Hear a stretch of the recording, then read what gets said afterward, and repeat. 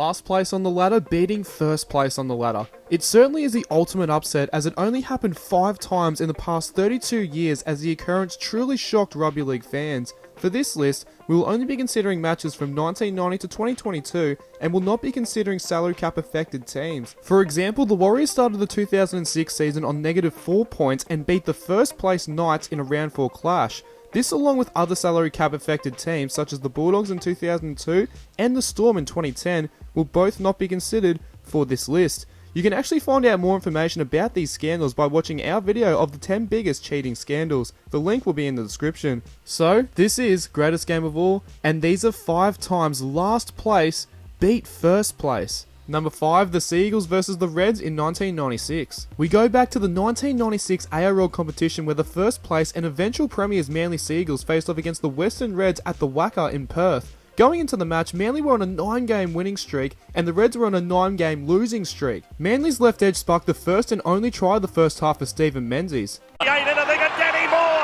back on the inside, Menzies, and Menzies scores! Accompanied by a few penalty goals from both teams, saw an 8-4 scoreline at the break. Then it was the Reds left edge who influenced a breakaway try for Barry John Mather, giving the Reds a 2-point lead. That lead was extended to 3, with captain Julian O'Neill snapping through a 1-pointer, and the Reds would hold on to win 11-8. That was the case in this round 5 clash between the first place Seagulls and the last place Dragons. The Dragons went into the match losing their first 4 games, and the Seagulls were undefeated. Just to show how unpredictable this season was, the Dragons finished in 2nd place at the end of the regular season, losing to the eventual premiers the Tigers in the preliminary final, and the Seagulls would finish in 8th spot, losing to the minor premiers the Eels in the qualifying final. Nevertheless, the Dragons held on to a 10-6 lead at the break and then ran away with the match in the second half, winning 32-6. Number 3, the Broncos versus the Rabbitohs in 2006. The Rabbitohs came into this round 14 clash having not won a game all season with 13 consecutive losses. They had to come up against the eventual premiers in the Brisbane Broncos, but luckily for the Rabbitohs, the Broncos had 7 players missing due to origin, with Carmichael Hunt, Brent Tate, Justin Hodges, Darren Lockyer, Petro Semreceiver, Sean Berrigan and Sam Thaiday all representing the Maroons. A brilliant David Peachey kick to his winger Nathan Merritt opened the scoring, with Luke McDougall crossing shortly after. The Broncos didn't waste any time firing back to tie the game, with Fraser Anderson scoring on debut and Brett Seymour crossing over.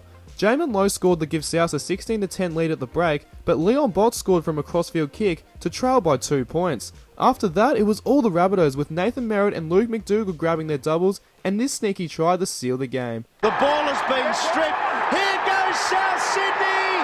South Sydney win for the first time in 2006, and Russell Crowe is loving it. Number 2, the Storm versus the Eels in 2012. After much speculation leading into this round 20 clash on Stephen Kearney's future, the Eels coach decided that this would be his final game as coach of the Parramatta club.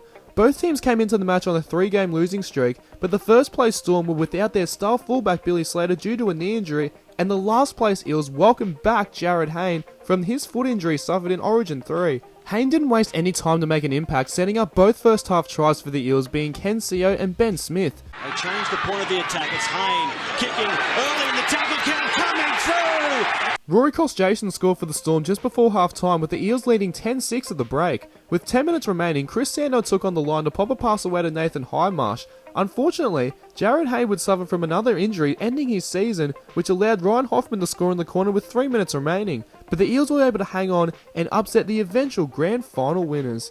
And number 1, the Storm versus the Seagulls in 2015. After losing 6 of their previous 7 games to start the 2015 season, the last place Seagulls were able to do the impossible and beat the first place Storm in Melbourne. The Storm took a 10-2 lead at the break, with tries to Marika Korobidi and Cooper Cronk. Jeff Tuvey was very animated with his halftime speech, but it seemed to work as Tom Simon scored straight out of the break. A beautiful cutout pass from star halfback Daly Cherry Evans would find David Williams on the wing to score the match-winning try in the final 10 minutes, and for the 5th and most recent time since 1990, last place beat first place. Pushing up out wide, David Williams again!